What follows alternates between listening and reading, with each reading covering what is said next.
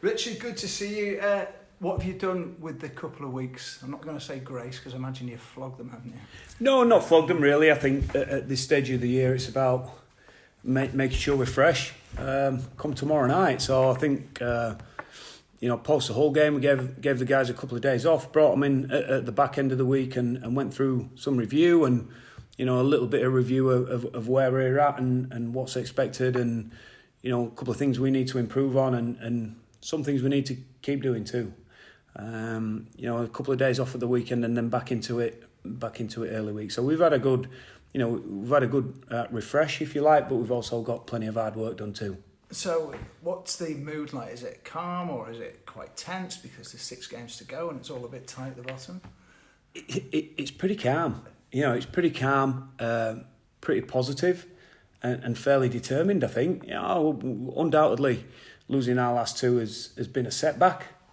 I think it's fair to say that internally, 3 from the last 4 or 4 from the last 4 is where we absolutely set our target. So to fall short, in a difficult way like we did against Hull, rather than leave us in a position where I'm picking the guys off the floor, I think there's sort of a quiet determination and recognition of some of those areas that we let ourselves down in the start to the game.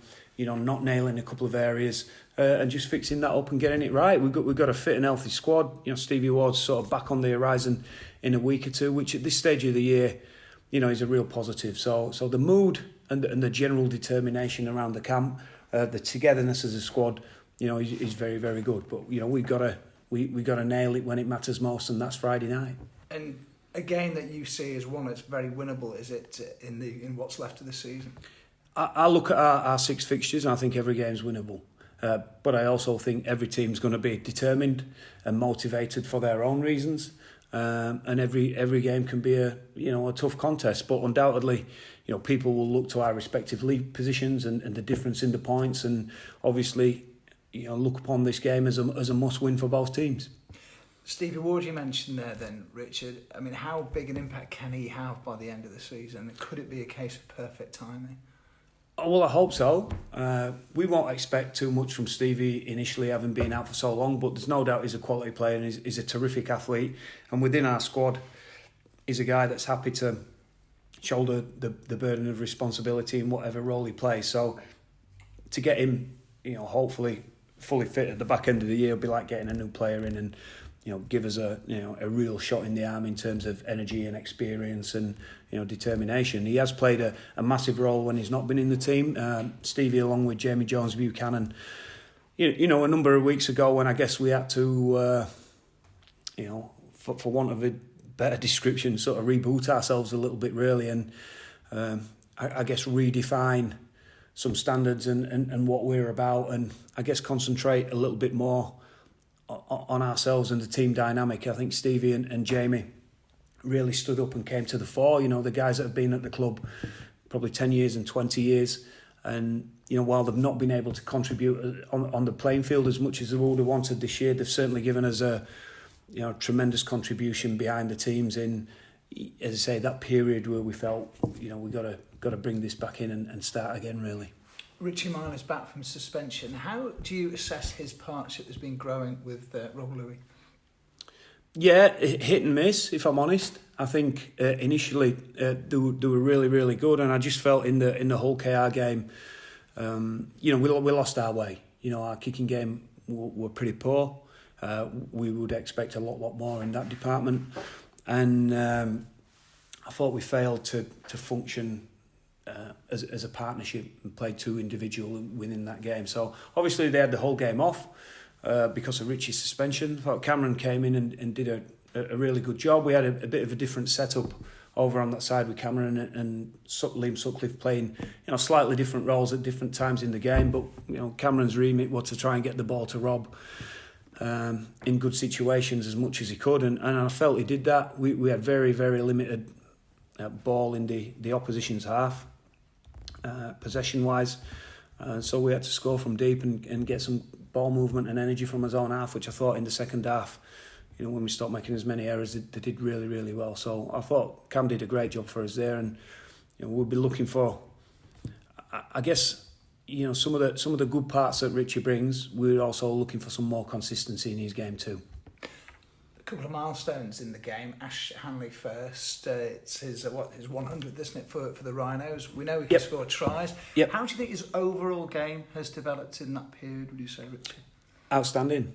I'll pay tribute to both our wingers at the moment. I think they're right among our form players in the team, in Tommy Briscoe and Ash Handley. And if you're talking about leadership, but both guys are really, I guess, quiet guys. But when they talk, it's usually considered, well delivered, and right on the money. And I think Ash is at a different point in his career to Tommy. Tommy's had a lot of his glory already in his career. He's still highly motivated to achieve some more, but I think there's a lot waiting in front of Ash Handley. I think if you start looking down and through the comp at the best wingers, if Tommy Makinson's right up there as an international and the best winger in the comp, I think Ash can set his sights on being in that next group of players behind him. I think his determination, his form, his leadership, the numbers he's churning out, the quality of some of his finishes at the moment, I think he can start setting his sights on being, trying to put himself into that next level of players that can challenge for representative honours. I think he's going that well.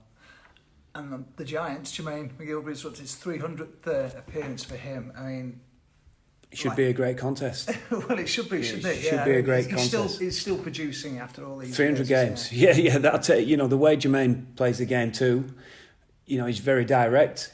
He really takes the battle to the opposition. 300 games is a fair effort playing the style of football that Jermaine plays, and it's a great contest, and it's a good challenge for Ash. While they'll not always be in direct collision with each other, if you like. It'll be a good contest for Ash to measure himself again.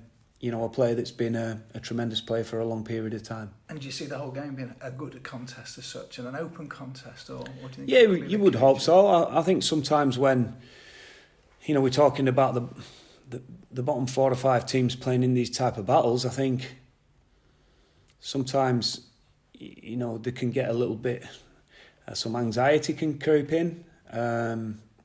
And people become very risk-free. I'm going to tell you, we're encouraging our guys to go and play and go and attack with the ball and attack when we're defending. We don't want to have a nervous eye completion, kick chase, let's see what we can get type of game. We want to go out and play with a smile on our faces, play with some enjoyment and a free-flowing spirit to us. Of course, not frivolous, and having a healthy respect for the football and when the situation and time demands, we've got to be smart on that.